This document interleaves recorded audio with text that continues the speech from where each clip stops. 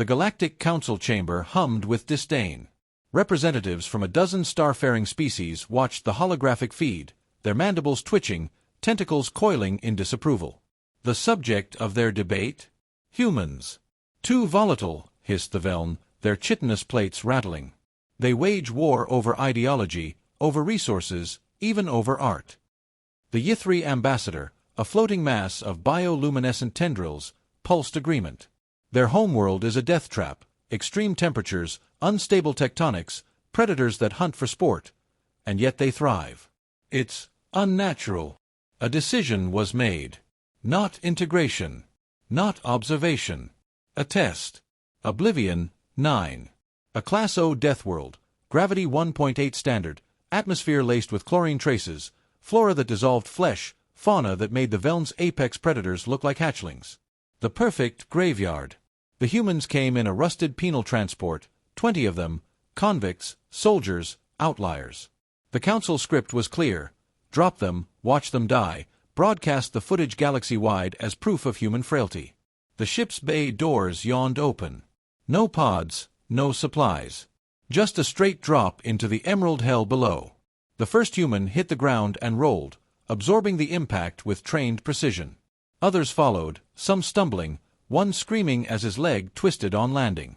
The drones circled, transmitting every second. Then the planet greeted them properly. The rain came first, not water, but needle-thin crystalline shards that embedded in flesh.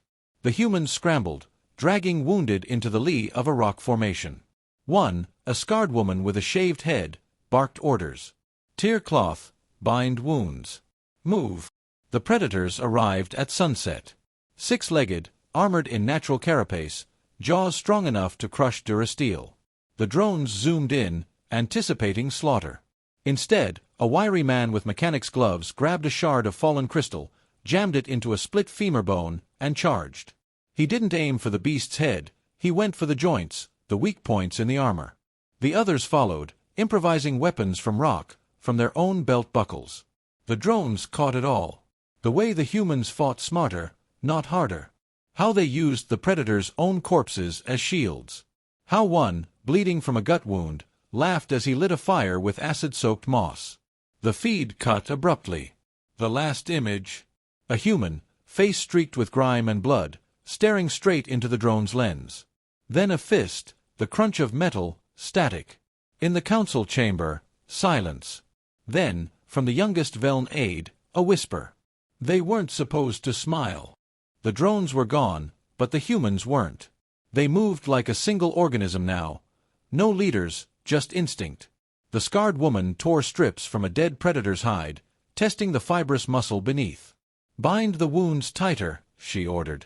That acid rain's coming back. A hulking man with prison tattoos dragged a shattered drone from the mud, pried open its casing. Batteries fried, he grunted, then paused. But the lens arrays intact. Could blind something with this. They salvaged everything. A cracked helmet became a water basin. Crystalline shards, honed sharp, turned into knives. The planet kept trying to kill them. They kept stealing its weapons. The engineer, former military, if the way he rigged traps was any clue, found the wreck first. A prior test subject ship, half buried in the bog. The aliens hadn't even bothered clearing the corpses. Look at this, he muttered, wiping slime off a control panel. 𝗦𝗲 fried their own life support trying to outrun the storms. He yanked a coil of wiring free. But their capacitor's still good. We get this hooked up. A shriek cut him off. The medic was knee-deep in a pit, wrestling something that hissed like steam. They hauled it up, a writhing, segmented thing with too many legs. Easy. The medic pinned it, fingers avoiding the venom-dripping mandibles. Look at the underbelly. Sacs full of alkaline fluid. A grin split their grimy face. Neutralizes chlorine. We drink this, we stop coughing up blood. Night fell. The humans didn't sleep so much as take shifts, one always watching, one always working. The engineer jury-rigged a charge from the 𝗦𝗲 wreck, sparked it against a pile of sulphurous moss. Fire bloomed, green and stinking. Signal, said the scarred woman. Let them see it. Above, The orbital monitors caught the emerald flicker. The Council science team leaned in, mandibles slack. That's impossible. On the surface, the humans were already moving. The mechanic lured a burrowing creature into a snare, fed it scraps of carrion. By dawn, it was leading them to underground water. The medic distilled venom into antidotes. The big man stacked predator skulls into a warning perimeter. And the engineer? He was carving into the drone's wreckage with a shard of rock. The transmission reached the Council in bursts, corrupted by 𝗕𝗲𝘀𝗁's atmosphere. But the last line was clear. Asterisk, thanks for the real estate. Asterisk. Somewhere in the chamber, a 𝗕𝗲𝘀𝘁's bioluminescence flickered, the equivalent of a gasp. The humans weren't just surviving. They were building. The Council chambers erupted in a chorus of clattering mandibles and agitated bioluminescence. The footage looping on the central display showed no signs of human extinction, only expansion. Makeshift shelters now dotted the landing zone, reinforced with predator bone and woven fiber. Accrued water still steamed under 𝗕𝗲𝘀𝗁's twin suns. This was supposed to take hours, the 𝗦𝗁 speaker snapped, crushing a data tablet in his clawed grip. Not days. A mercenary captain stepped forward, his armored exoskeleton clicking with restrained aggression. The insignia of a cleaner adorned his chest, a profession specializing in discreet exterminations. You want them gone? We'll erase them. No traces, no witnesses. The order was given without debate. The drop pods hit like meteor strikes, kicking up plumes of acidic soil. 6 cleaners emerged, their combat rigs sealed against the atmosphere, plasma rifles humming to life. Thermal scans painted the human encampment in cold blues and greens. No fortified positions. No energy signatures. Just primitive lean-tos and scattered fires. Pathetic, the lead cleaner voxed. Move in. Burn everything. They advanced in formation, until the ground gave way beneath the point man. A pit, lined with crystalline shards. The cleaner screamed as his suit's weak points ruptured, chlorine-laced air flooding his lungs. The others barely had time to react before the trees moved. Not trees. Humans. They dropped from the canopy, their bodies smeared with mud to mask heat signatures. The scarred woman drove a predator bone spear into a rifle's coolant vent. The weapon detonated, taking its wielder's arm with it. The cleaner's comms exploded with panic. Ambush! There! A geyser of acid erupted underfoot, triggered by a pressure plate the engineer had buried hours prior. 2 more suits melted into slag. The mercenary captain backpedaled, firing wildly. His thermal scope showed nothing, until a hand clamped onto his helmet from behind. The big man, tattoos glistening with venom-laced sweat, wrenched the helmet clean off. "Breathe deep," he growled, shoving the captain face first into the mud. The last cleaner died staring down the barrel of his own rifle, now in the mechanic's hands. "You guys brought nice toys," he mused, peeling the biometric lock off the dead man's wrist. The engineer worked fast, splicing the cleaner's comms array into the salvaged 𝗕𝗲𝘀𝘁 capacitor. A signal pulsed upward, bypassing Council encryption, flooding every open channel in the quadrant. The transmission showed it all: the ambush, the stolen weapons, the humans standing victorious over their would-be executioners. Then the scarred woman stepped forward, her voice raw but unwavering. "Attention, Galactic Council." She held up a cleaner's severed helmet cam, its red recording light still blinking. "You wanted a show? Here's the finale." Behind her, the big man hefted a plasma rifle. The mechanic grinned, fingers dancing over a hijacked NAV console. The feed cut mid-transmission, but not before a second, fainter signal piggybacked on the broadcast. A distress ping. Earth's response time was faster than the Council predicted. Warships translated into the system within hours. The warship Resolute tore through the blockade like a blade through silk. Human vessels, jagged, angular, built for war in a way the Council's elegant cruisers weren't, flooded the space around 𝗕𝗲𝘀𝘁. Their guns didn't fire. They didn't need to. The message was clear in their positioning alone: try us. On the surface, the humans stood their ground. Not hiding. Not pleading. Waiting. The Council's remaining drones caught the moment the first dropship touched down. Armored figures emerged, their insignia marking them as Terran shock troops. The scarred woman didn't flinch as their commander approached. "Sergeant Vera Kovac," the officer stated, "not a question." "Didn't think they'd send the 9th Legion for 20 castaways," she replied, wiping grime from her face. The commander's visor retracted, revealing a face as hardened as hers. "You hijacked a council mercenary's signal and broadcasted a war crime in progress to half the galaxy." Fleet Command insisted. Behind them, the engineer was already unloading crates from the dropship. Medical supplies, weapons, terraforming rigs. The big man laughed, hefting a plasma charger. "So what's the play?" "Evac." "Negative." The commander turned toward the horizon, where the Council's orbital platforms hung like vultures. "Earth's counteroffer just hit the diplomatic channels. We're staying." The Council chambers were in chaos. The 𝗕𝗲 speaker's carapace rattled with barely contained fury. "They're colonizing it. A Class O death world." The 𝗕𝗲 delegation pulsed in distress. "This changes everything. If they can tame 𝗦𝗶-𝗙𝗲, what's to stop them from?" The doors hissed open. A human envoy strode in, unarmed, her uniform crisp against the organic curves of the chamber. She didn't wait for recognition. "Effective immediately," she said, voice cutting through the din. "𝗦𝗶-𝗙𝗲 is a Terran protectorate. Any further unauthorized incursions will be considered an act of war." Silence. Then uproar. "You can't just. That planet was a testing ground." The envoy didn't raise her voice. "It was a graveyard. And you miscalculated." She tapped a control on her wrist. A hologram bloomed, footage of the human settlement, now reinforced with stolen alien tech, pulsing with activity. "You wanted to prove we were weak. Instead, you gave us a foothold." She turned to leave, then paused at the threshold. "Oh, and Earth's formal application for council membership is attached. Voting session is in 3 cycles." Her smile was razor-thin. "We'll expect your support."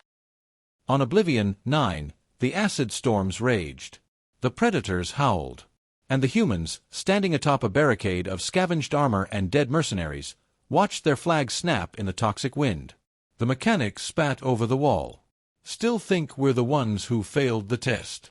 The big man just grinned, loading a fresh charge into his stolen rifle. Above them, the stars burned, and for the first time in galactic history, they burned back. The Council's vote was unanimous. Not out of respect, not out of admiration, but because 17 hours before the session began, every delegate's private terminal had received the same encrypted file. Security footage, financial records, transcripts of closed-door meetings where words like extermination and containment were used liberally. The human envoy hadn't even needed to blackmail them. She simply stood at the podium as the results were announced, her smile never reaching her eyes. "Welcome to the new galactic order." On 𝗦𝗶-𝗙𝗲, now officially designated New Dawn Colony, the first terraforming arrays roared to life. The engineer watched as the massive machines chewed through acidic soil, spitting out stabilized compounds. "Give it 5 years," he muttered, wiping grease from his hands. "We'll have parks, schools, maybe even a damn Starbucks." The medic wasn't listening. They were elbow-deep in a dissected predator, extracting venom sacs with surgical precision. "This enzyme, it doesn't just neutralize toxins. It rewrites them." Their eyes gleamed. "We could cure the 𝗕𝗲 plague with this." The big man snorted. "After what they pulled. Especially after what they pulled." The scarred woman stepped into the lab, tossing a data pad onto the table. "Diplomatic Corps wants us to host an envoy next week." 𝗕𝗲. Silence. Then the mechanic began to laugh. "Oh, this I gotta see. They gonna wear little oxygen masks? Bow when they step off the shuttle?" "No." She picked up a venom sac, held it to the light. "They're going to kneel." The 𝗕𝗲 delegation came in trembling, their bioluminescence flickering with barely contained terror. The planet itself seemed to reject them, their atmospheric filters clogged within minutes, their delicate skin blistering in the humidity. The humans made no accommodations. "You wanted to see survival?" the scarred woman asked, leading them to the edge of the settlement. Beyond the fences, the jungle seethed. "Watch." She hit a switch. The terraforming array's warning sirens blared, and the jungle screamed. Predators fled as the ground vibrated, trees shuddering under ultrasonic pulses. "One button," she said softly. "That's all it would take to turn this place back into the hell you dropped us into." The 𝗕𝗲𝘀's tendrils coiled tight. "But we're not you." She handed them a data chip. "Agricultural schematics. Atmospheric processors. Take it." The lead 𝗕𝗲𝘀's bioluminescence flared in confusion. "Why?" "Because now you owe us." She turned her back on them, walking toward the colony's glowing domes. "And humanity always collects." The mechanic found her later, staring at the stars. "They'll betray us, you know." "Probably." She didn't look away from the sky. "But they'll hesitate first. And that's all we need." Above them, the Resolute-S engines burned cold blue against the black. "Ready. Waiting." The message had been sent, not just to the Council, but to every species listening. "You tried to break us. Now you live with what we've become." The first 𝗕𝗲𝘀 children were born on Oblivion, 9-6 standard years after the terraforming began. Their bioluminescence pulsed a deep, steady blue, unlike the erratic flickers of their homeworld-born kin. The medics called it an adaptation. The politicians called it a miracle. The scarred woman, now Governor 𝗕𝗲𝘀, called it inevitable. She stood at the observation deck of New Dawn's central spire, watching the jungle below writhe under a controlled burn. The terraforming arrays had done their job too well. The native flora fought back, evolving faster than predicted. A problem for most species. For humanity, just another variable. "Send in the harvesters," she said. Below, armored vehicles rolled out, their modified plasma cutters searing through mutated growths. But they weren't just destroying. They were collecting. Every sample went to the research domes, where the medic, now chief biologist, oversaw a team of 𝗕𝗲𝘀 and human scientists. One of them approached her now, tentacles twitching with excitement. "The new strain, it's perfect. Grows in chlorine, filters toxins, and produces edible biomass." 𝗕𝗲𝘀 didn't smile. "How long until we can seed the southern continent?" 2 months. Maybe less if... A proximity alert cut him off. The Resolute-S comms officer appeared on the holodisplay, face grim. "We've got a situation." The 𝗲𝗀 weren't subtle. Their warships translated into the system with guns hot, flanking the trade routes to New Dawn. No demands. No declarations. Just the silent threat of a blockade. The Council's emergency session lasted 17 minutes. The 𝗲𝗀 High Speaker's argument was simple: they're weaponizing the planet. Turning it into a factory. The human envoy didn't deny it. And the chamber erupted. On the surface, the mechanic watched the orbital feeds with a grin. Took him long enough to notice. The big man, now head of colonial security, cracked his knuckles. "We ready? Please." The engineer tapped a console. Across New Dawn, hidden silos opened.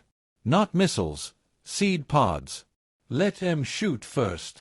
They didn't have to wait long. A 𝗲𝗀 cruiser fired on a civilian freighter.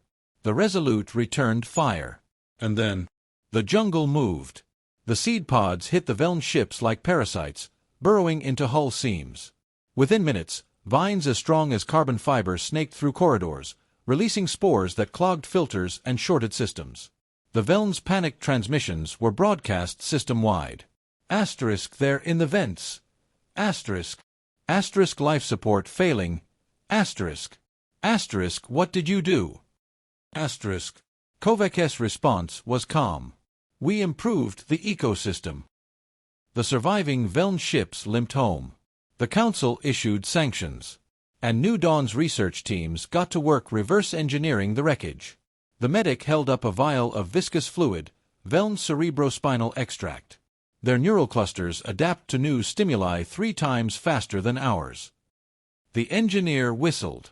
"Imagine grafting that to our pilots." 𝗕𝗲𝘀 didn't comment. She was too busy reading the latest reports from Earth. The first colony ships were en route. Not just to Oblivion 9. To every Class O death world in Council space. She looked out at the jungle, now blooming with bioluminescent hybrids, and finally let herself smile. "Welcome to the garden." The first death world blooms erupted across the galaxy on the same cycle. On 𝗕𝗲𝘀, where the atmosphere burned flesh and the oceans boiled acid, human-modified algae spread like a green tide across the toxic seas, purifying the water, thickening the air. Within months, the first prefab habitats dotted the shores. On 𝗕𝗲𝘀 3, a world of perpetual hurricane-force winds, the engineers' atmospheric stabilizers spun up from stolen council tech, creating calm zones where none had existed for millennia. Native flying predators nested in the structures, their razor-edged wings now harvesting energy from the storms. The council's emergency broadcasts called it an invasion. The humans called it gardening. Governor 𝗕𝗲𝘀 stood in New Dawn Central Hub, watching the live feeds from a dozen worlds. The mechanic leaned over her shoulder, pointing at a readout. That's the last of the seed carriers deployed. Even if they blow up every ship we've got left, the terraforming's self-sustaining now. The big man chuckled, polishing a 𝗦𝗰𝗶 skull he'd repurposed as a coffee mug. Bet they're real sorry about that test. A chime interrupted them, an incoming priority transmission. Not from the council. From Earth. The face that appeared was older, wearier, but the eyes were the same. Admiral Youssef, who'd commanded the Resolute all those years ago. 𝗕𝗲𝘀, we've got a situation. She already knew. The feeds showed it clearly. Council fleets massing at the edge of human-claimed systems. Not blockades this time. Not sanctions. Annihilation. The medic was elbow-deep in a hybrid predator's carcass when the alert reached the labs. They didn't pause, just kept extracting venom sacs with practiced precision. Tell the governor we'll need every drop. The 𝗕𝗲𝘀 scientists hesitated. This much neurotoxin could kill a planet. The medic finally looked up, their face illuminated by the specimen's fading bioluminescence. Exactly. The council's ultimatum was simple. Cease all terraforming operations. Withdraw from all death worlds. Submit to oversight. The human envoy's response was simpler. A single image broadcast across every channel, New Dawn Central Square, packed with children. Human. 𝗕𝗲𝘀. Even a few 𝗦𝗰 defectors. All breathing Oblivion 9's air without filters. All thriving. The caption read, "Come and take them." The first shots were fired in the 𝗕𝗲𝘀 system. A council dreadnought vaporized a human monitoring station. The response came from the planet below. 𝗕𝗲𝘀's oceans erupted, not with acid, but with projectiles. Not missiles. Spores. They latched onto the dreadnought's hull, dissolving armor plating, infiltrating systems. Within minutes, the ship's own life support turned against it, flooding compartments with oxygen so pure it became flammable. The mechanic watched the fireworks from New Dawn's control hub. Turns out, giving a death world an immune system has side effects. 𝗕𝗲𝘀 stood before the assembled colony leaders, human and alien alike. The feeds showed similar gatherings on a dozen worlds. "This isn't a war," she said. "It's a referendum." The medic handed her a vial of shimmering liquid, the perfected neurotoxin, now keyed to specific DNA markers. "Council loyalists. We don't even need to fire a shot," the big man rumbled. "Just wait for them to breathe." 𝗕𝗲𝘀 pocketed the vial. "No. Silence. We drop this, we're no better than them." She turned to the screens, to the fleets still gathering. "So we show them something worse than poison." She tapped a control. Every death world broadcast the same image simultaneously, human children playing alongside 𝗕𝗲𝘀 younglings. 𝗦𝗰 hatchlings learning to tend hybrid crops. "Watch," 𝗕𝗲𝘀 said softly. "Watch what you're trying to kill." The council's fleets stood down. Not because of threats. Not because of weapons. Because the galaxy was watching. And for the first time in history, the death worlds were alive, not with screams, but with laughter. The mechanic leaned back, watching the stars. Now the real work begins. Above them, the seeds of 1,000 worlds continued to grow.